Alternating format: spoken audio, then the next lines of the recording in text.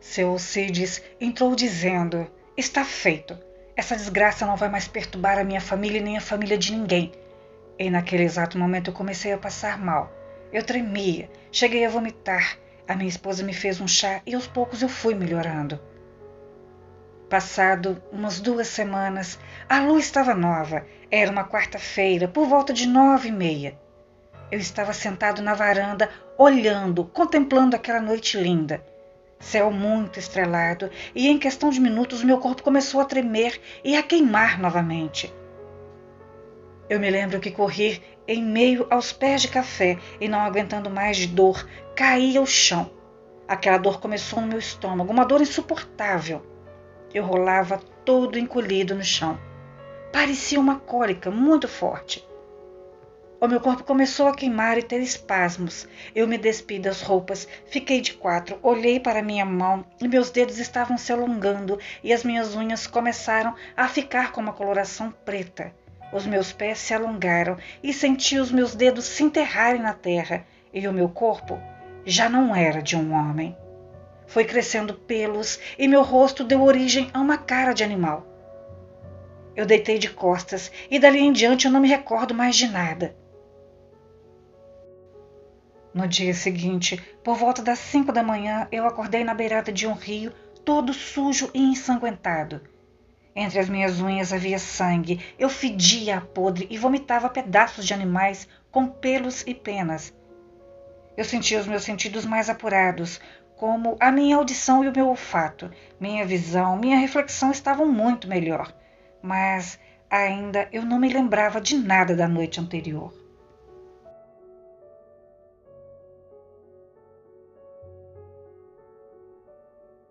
Se passaram 9 anos, eu já estava conseguindo controlar a fera dentro de mim. A minha esposa, Maria, já sabia da maldição que Tião me passou. Maria não me condenava, ela não me cobrava nada e o mais importante, ela me perdoou das traições, não se afastou de mim, muito pelo contrário, sempre me deu força. O nosso casamento e o nosso amor estavam ainda mais fortes agora. O meu pai e os meus irmãos também sabiam e foi através de minha mãe e uma conhecida dela que sempre oravam por mim e conseguiram. Eu tive a bênção concebida e daí em diante tive total controle sobre a fera. Eu me transformava e matava animais de nossa fazenda, não atacava pessoas e nem animais delas. Eu tinha plena consciência e controle, era muito apegada aos meus filhos. Tiquinha era meu xodó, encrenqueira e brava desde pequena, muito sapeca e inteligente. Henrique já era mais sério, concentrado. Gostava muito de ler. Ele passava a maior parte do tempo desenhando, pintando. Ele era o querido de seu Alcides. Vivíamos felizes ali, apesar de carregar minha terrível sina. Foram tempos maravilhosos, sem mais nenhum imprevisto. A nossa querida amiga e funcionária Zelda morreu faz um ano. Morreu trabalhando na fazenda. Teve um infarto. Fizemos o que podíamos, mas não foi o suficiente. Então, fizemos um funeral digno a ela e o seu marido continua trabalhando conosco. 6 anos depois, Henrique arrumou as malas, foi estudar em outro país. Seu Alcides faz questão de custear os estudos e os filhos de seu Alcides voltaram da Itália fazem uns 3 anos. Eles vêm na fazenda com frequência, mas não moram por aqui por conta de seus serviços na cidade. Ambos estão casados e muito bem de vida. E eu e Maria nos mudamos da fazenda. Tivemos mais 2 filhos. Formei a minha filha, Tiquinha, que agora está casada com um homem muito trabalhador. Ela todo dia vem me visitar e ver os seus irmãos. Ela ainda é e vai ser para sempre a minha garotinha brava. Eu a amo demais. Somos muito apegados um ao outro. Eu sinto muita falta de Henrique. Convivi poucos anos com ele. Ele se parece muito com a mãe, Marta. Eu me contento lendo suas cartas, olhando os cartões postais que nos envia, mas a última carta me preocupou um pouco. Ontem eu tive a impressão de ter visto Regina na cidade. Eu a chamei. Ela olhou, se embrenhou em meio às pessoas. E faz 3 dias que seu Alcides foi fazer uma grande venda de gados. Eu queria ir com ele, mas ele me pediu para ficar e tomar conta de tudo por aqui.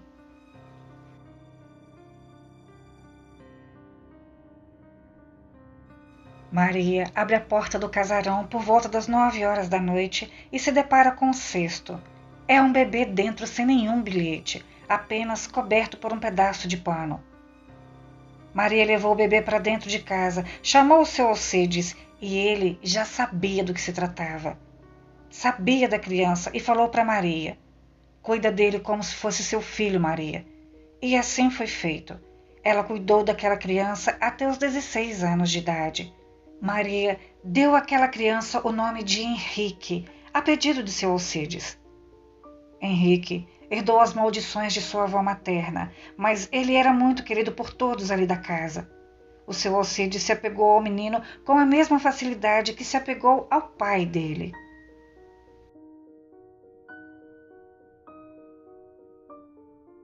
Maria com 16 anos, Henrique também com 16 anos. Henrique vai para a Itália estudar com a ajuda de seu Alcides. Itália, Sardenha. Henrique desembarca e fica maravilhado com a beleza daquela cidade. Em pouco tempo ele arrumou um trabalho de garçom em uma pensão que se hospedava e ficou ali trabalhando por uns 5 anos. Aos 22 anos, Henrique entrou na faculdade e se formou em medicina. E no que se formou, Henrique bebeu um pouco mais que o normal. Ele estava voltando para casa. Agora ele morava em Palermo, ali na Itália. Ele começou a passar mal dentro de seu carro. Entrou em uma rua que dava acesso a uma pista e foi questão de segundos. Henrique fechou os olhos e uma forte pancada na frente do seu carro. Uma fumaça escura saía do motor do carro. Ele desceu e viu 2 pessoas se aproximando, correndo aos prantos em direção a ele. Eram uma senhora e um rapaz, e ao chegar à frente do carro, Henrique viu que tinha atropelado 2 crianças, filhos dessa senhora cigana. As crianças morreram ali mesmo no local. Henrique foi à delegacia e foi liberado em menos de 3 horas. Se passaram uns 3 meses, ele foi chamado para audiência. O juiz do caso era um grande amigo de seu Alcides e, reconhecendo o antecedente do rapaz, o absolveu do crime. Os pais das crianças não se conformaram da sentença do juiz. A mãe delas se aproximou de Henrique, segurando ele pelo braço, e disse: você escapou dessa justiça falha e corrupta, mas da minha justiça não vai escapar. Irá chorar lágrimas de sangue. Os seus familiares irão sofrer. O mal cairá sobre todos ao seu redor. Sua esposa e filhos, pai e mãe, e aquele homem de chapéu. Você está amaldiçoado. Eu sinto o cheiro de sua alma podre. Lembre-se do rosto desse meu filho vivo e daqueles que você tirou o sorriso.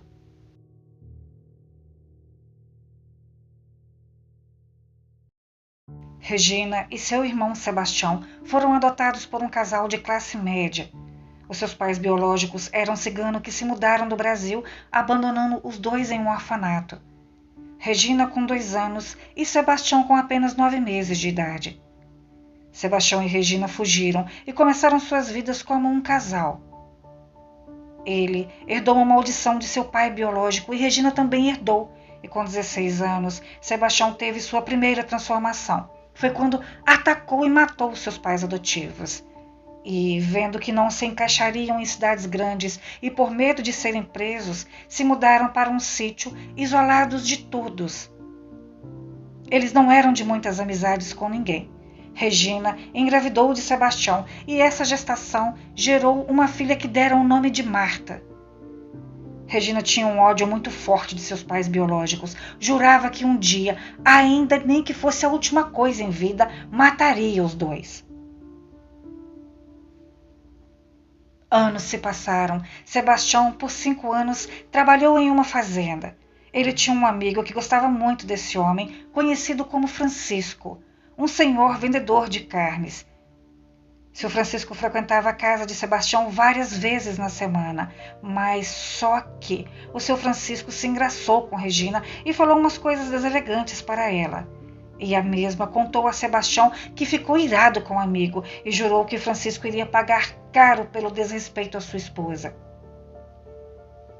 Henrique ficou na Itália por alguns anos, sempre se escondendo dos ciganos que não deixavam em paz. E não aguentando mais tanta perseguição e ameaças de morte, ele voltou para o Brasil. Casou, teve filhos e um ótimo emprego em um hospital. Henrique era médico plantonista.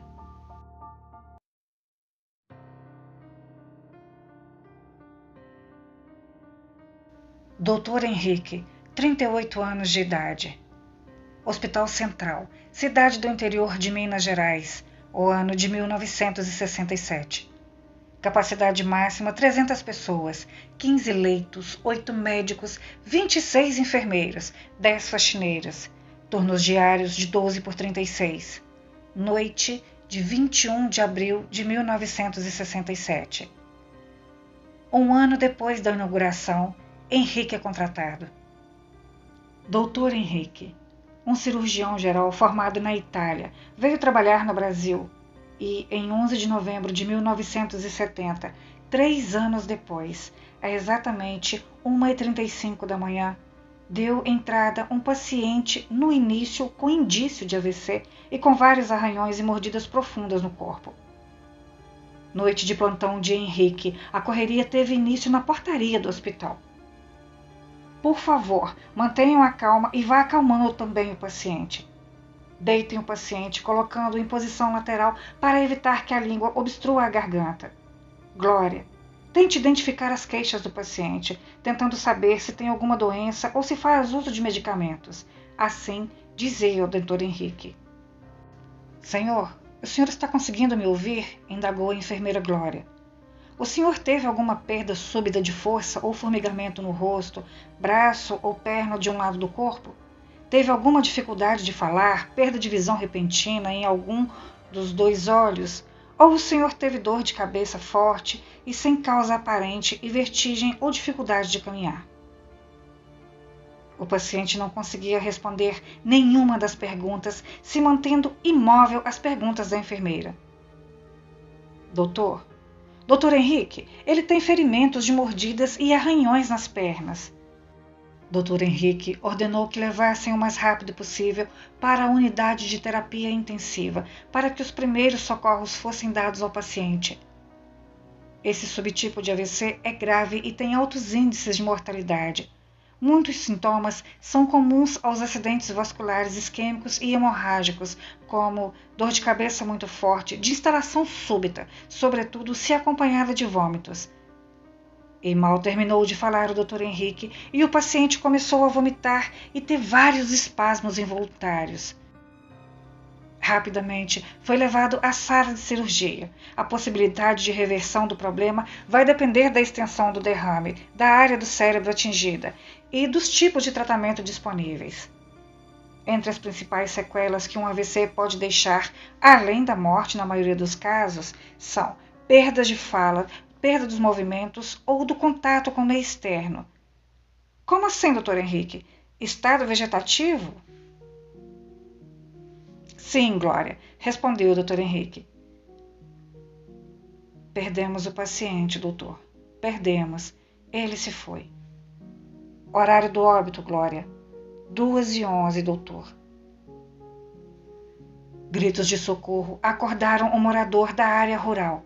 Um transexual corria nu desesperado com um sapato de salto na mão e a roupa na outra, e logo gritos se calaram.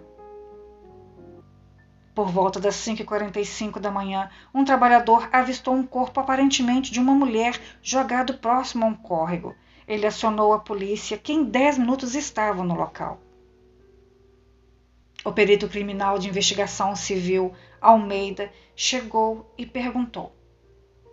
O que houve aqui, investigador Almeida? Aparentemente um homicídio, Dr. Vilela.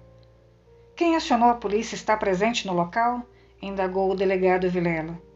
Sim, senhor. Foi aquele senhor ali, que está do lado da viatura de camisa preta. O senhor já interrogou a testemunha? Vou tomar o depoimento agora, doutor, e vou aproveitar e passar o rádio para a perícia, ok? Ok. A perícia, ao chegar, constatou que o corpo era de um homem aparentando ter uns 26 anos de idade e partes dos membros estavam faltando na vítima. Dr. Vilela, faz o favor. A vítima foi morta por algum objeto muito afiado e grande. O agressor devia estar com muito ódio, mas o que mais me chama a atenção são partes do corpo faltando. Como assim?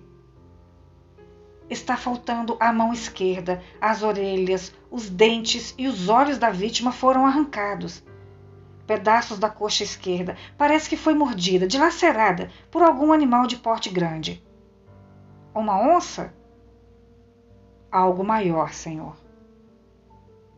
12h45. Henrique levanta, cuida de sua higiene pessoal, sai para almoçar em um restaurante próximo ao seu apartamento. Dentro do restaurante, Henrique vê a reportagem sobre o homem que foi encontrado morto. Estava em vários canais. E não era comum assassinatos naquela pequena e pacata cidade, ainda mais com tantos requintes de perversidade, crueldade.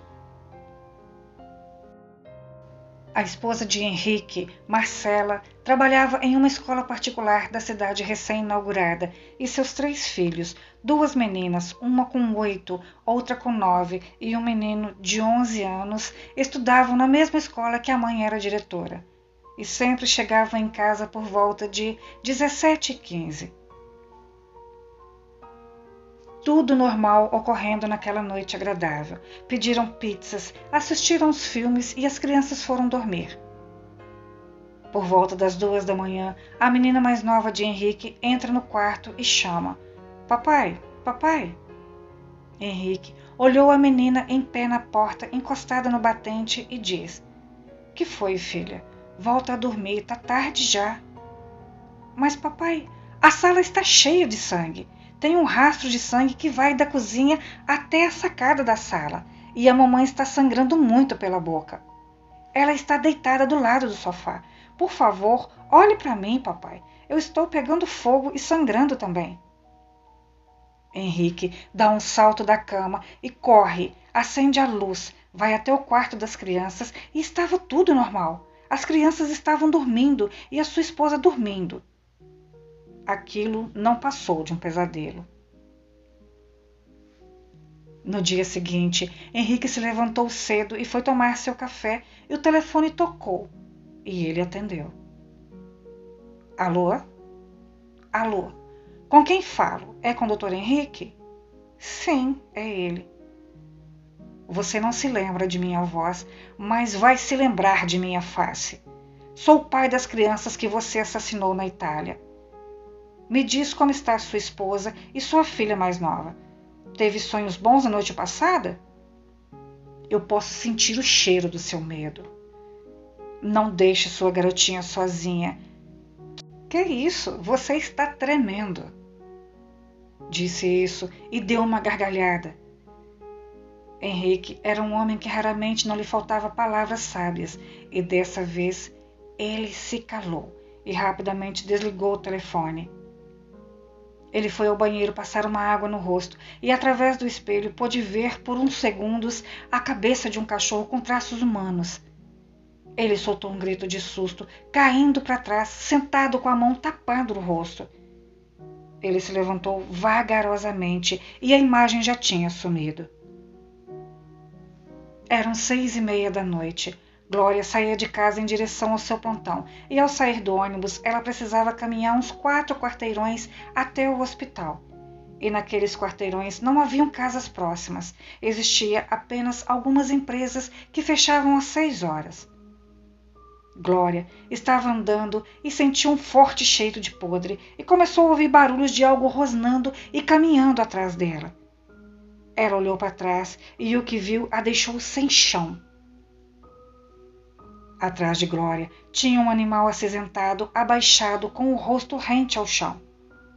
Ele veio lentamente ao encontro dela. A uns 6 metros, ele ficou de pé. E ela viu muito bem aquele animal. Era horrível, tinha um focinho curto, olhos amarelados, as orelhas eram compridas, babava e fazia uns barulhos assustadores. Tinha poucos pelos na parte baixa do corpo e muito peludo na parte de cima. Fedia muito e babava. E ao se levantar, aquilo veio andando meio estranho. Parecia ter uma deficiência nas pernas. Ele atacou Glória sem piedade, mordendo e arrancando pedaços. Glória só gritava e aos poucos os gritos se calaram. Henrique já tinha chegado ao hospital. Sentiu falta da enfermeira e amiga, mas não perguntou a ninguém se a viram. Ele estava dentro de seu consultório quando outra enfermeira entrou desesperada o chamando. Doutor Henrique, corra ao CTI. Estamos precisando do doutor urgente lá.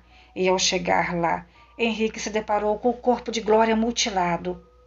O local parecia um frigorífico de tanto sangue e o corpo faltando partes do rosto, braços e dedos, e os olhos um corte profundo na garganta, a boca aberta. Henrique reparou que tinha algo dentro da boca de Glória e ao puxar aquilo com uma pinça, ele viu que era uma corrente com um crucifixo, uma espécie de terço. Henrique caiu sentado ao ver aquele crucifixo, que era um presente único, o único presente que Henrique guardava em memória de sua mãe e que no dia de seu casamento o presenteou à sua esposa. Logo, a recepcionista chamou. Henrique, tem alguém no telefone, e esse alguém viu o que tinha acontecido com Glória. Ele foi atender e atrás da outra linha um homem. Gostou do presente que eu lhe enviei? Lave e esterilize o crucifixo. Sua esposa não vai querer usá-lo todo sujo assim. O corpo de sua amiga está com mau cheiro. Desculpa pelos olhos dela, é que eu detesto que olhem para mim. Você vai fazer o quê, doutor? O que você vai fazer, Henrique, desgraçado? Você é o culpado. Você é o único culpado. Sua esposa fica linda com esse vestido rosa. E desligou o telefone. Henrique ligou para a casa dele logo em seguida, perguntando à sua esposa se estava tudo bem. Ele perguntou do crucifixo e a esposa disse que estava lá, guardado na gaveta da cômoda. Henrique perguntou à esposa que roupa ela estava usando e ela disse: Estou de vestido, aquele preto que você me deu. Por que essas perguntas, meu amor? Nada não. Eu pensei que você estivesse de vestido rosa. Estranho você me perguntar deste vestido rosa logo hoje. A Jennifer está vestida, brincando comigo, que ela sou eu. Henrique desligou o telefone e se sentou. Ao chegar de manhã em sua casa, sua mulher já tinha saído para o trabalho e, ao entrar em seu apartamento, Henrique viu pegadas de sangue que iniciava da porta da sala e se estendia até a beira da cama de sua filha mais nova. Ele se desesperou, pegou um pano e começou a limpar. A empregada dele chegou e viu de joelhos limpando o chão. Então ela perguntou o que é que ele estava fazendo ali. Ele olhou para a empregada e disse: Este sangue não é meu. Que sangue, doutor? Este sangue que estou limpando. Não há sangue nenhum no chão, doutor Henrique. E ao olhar o chão, ele viu que não havia sangue nenhum, nenhuma pegada de sangue. A empregada ficou olhando para ele e ele disse que era estresse do trabalho da noite anterior. Ele se levantou e saiu para a rua. Um homem de sobretudo preto e chapéu, aparentando ter uns 70 anos, com barba branca, se aproximou dele e puxou conversa. Ficaram ali conversando por uns 15 minutos, e este homem se apresentou pelo nome de Ronaldo. E antes de se retirar, Ronaldo disse a Henrique: Mude desse prédio o mais rápido possível. Disse isso e foi embora, não dando importância aos chamados de Henrique. Henrique o chamou por 3 vezes. Suas vistas se escureceram e quando ele se deu por si, Já estava em seu apartamento, deitado no chão da cozinha, sem se lembrar de exatamente nada. Passaram-se 3 meses e tudo estava voltando ao normal. Henrique resolveu comemorar o aniversário de Jennifer, sua filha mais nova. Era uma comemoração em família, ali no apartamento mesmo. Avós maternos, tios e primos. Foram chegando os parentes de sua esposa, todos animados. Jennifer, abrindo seus presentes, estava tudo muito agradável, tudo em paz, tudo tranquilo. Todos reunidos na sala, em volta de uma mesa com bolo, doces, refrigerantes. Então, Henrique chama Jennifer para cantar os parabéns, e ela não estava ali por perto. E quando Henrique olha para a sacada, vê a menina subindo na grade de proteção. Henrique deu um grito e todos olharam na direção de Jennifer. E Henrique disse: Filha, desça daí. Vem aqui cortar seu bolo. Vem com a mamãe, Jennifer. Vem com a mamãe. Jennifer olha para ele e diz: Olha, papai, eu sei voar. E se jogou da janela do apartamento, caindo em cima de um carro próximo à guarita. Henrique desceu correndo pelas escadas e, em questão de segundos, muitos curiosos em volta da menina. E, ao chegar, Henrique se deparou com a filha quase morta. E, em seu último suspiro, ela disse ao pai: Eu vi o vovô. Ele passou aqui com a capa de herói. Dizendo isso, a menina faleceu. 4 meses depois, Henrique conseguiu vender seu apartamento, comprou um sítio bem afastado da cidade. A sua esposa, desde a tragédia da filha, não foi a mesma mulher. Sofria de uma depressão profunda. Henrique se fingia de forte, tinha que ter alguém para suportar a dor e tentar reanimar a família. Alguns meses depois, Henrique se afastou do hospital por tempo indeterminado. Ele sofria alucinações, visões que doíam em sua alma. Era uma sexta-feira, noite de lua alta no céu, e por volta das 10h30 da noite, uma coisa enorme começou a correr ladeira abaixo, dava gritos e urros de arrepiar as espinhas. Ele só gritava ao passar em frente ao sítio de Henrique. Passava como se fosse um cavalo galopando com fortes pisadas. Henrique foi até a porta e resolveu ver que animal se tratava, e ao olhar pelo vidro da porta, ele viu um enorme cachorro sentado em frente ao portão do sítio. Ele ficou ali olhando por alguns segundos, e o animal, percebendo que estava sendo observado, veio vindo em 4 patas em direção à porteira e pulou para dentro. A cara do animal se arrastava no chão. A parte traseira era bem mais alta que a da frente. Os cabelos da cabeça eram falhos, parecendo sarnas que desciam pelas costas, à altura da cintura, pelos de cor avermelhada. Umas orelhas enormes penduradas, olhos alaranjados e uma presa enorme que saía para fora de sua boca. Henrique, percebendo o perigo, se afastou da porta, e foi nessa hora que o inferno começou.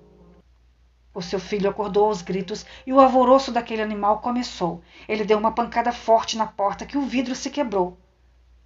Aquilo tentava enfiar a cabeça pelo vidro quebrado, mas só entrava o focinho. Ele virava de lado, batia os dentes e babava. E a baba do animal se misturava com sangue, sangue que os restos dos vidros das portas cortavam o focinho daquele animal. Henrique correu para o quarto, levando seu filho, e sua esposa já não estava mais ali, somente sua filha. O animal começou a dar pancadas na janela do quarto, rodeava a casa e roncava desesperado. Ele parou por uns 3 minutos e de alguma forma subiu no telhado, arrancando algumas telhas e colocando o braço para dentro, tentando pegar alguma das crianças. Os seus braços eram longos e peludos, parecia uma mão humana, mas com dedos alongados e umas unhas pretas, enormes, e as crianças estavam aos gritos no quarto.